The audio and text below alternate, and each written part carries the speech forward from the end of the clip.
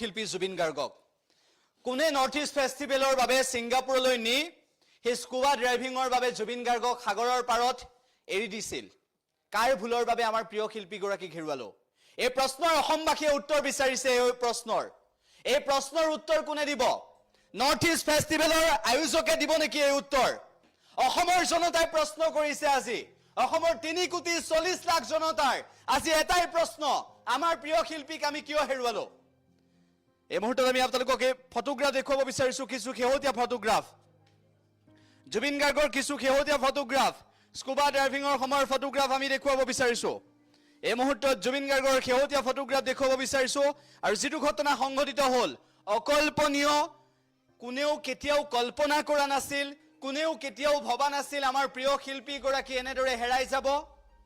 কোনেও কেতিয়াও অনুভৱ কৰিব পৰা নাছিল যে জুবিন গাৰ্গ আমাৰ মাজত নাই এই কথাটো কোনেও কেতিয়াও মানি ল'ব নিবিচাৰে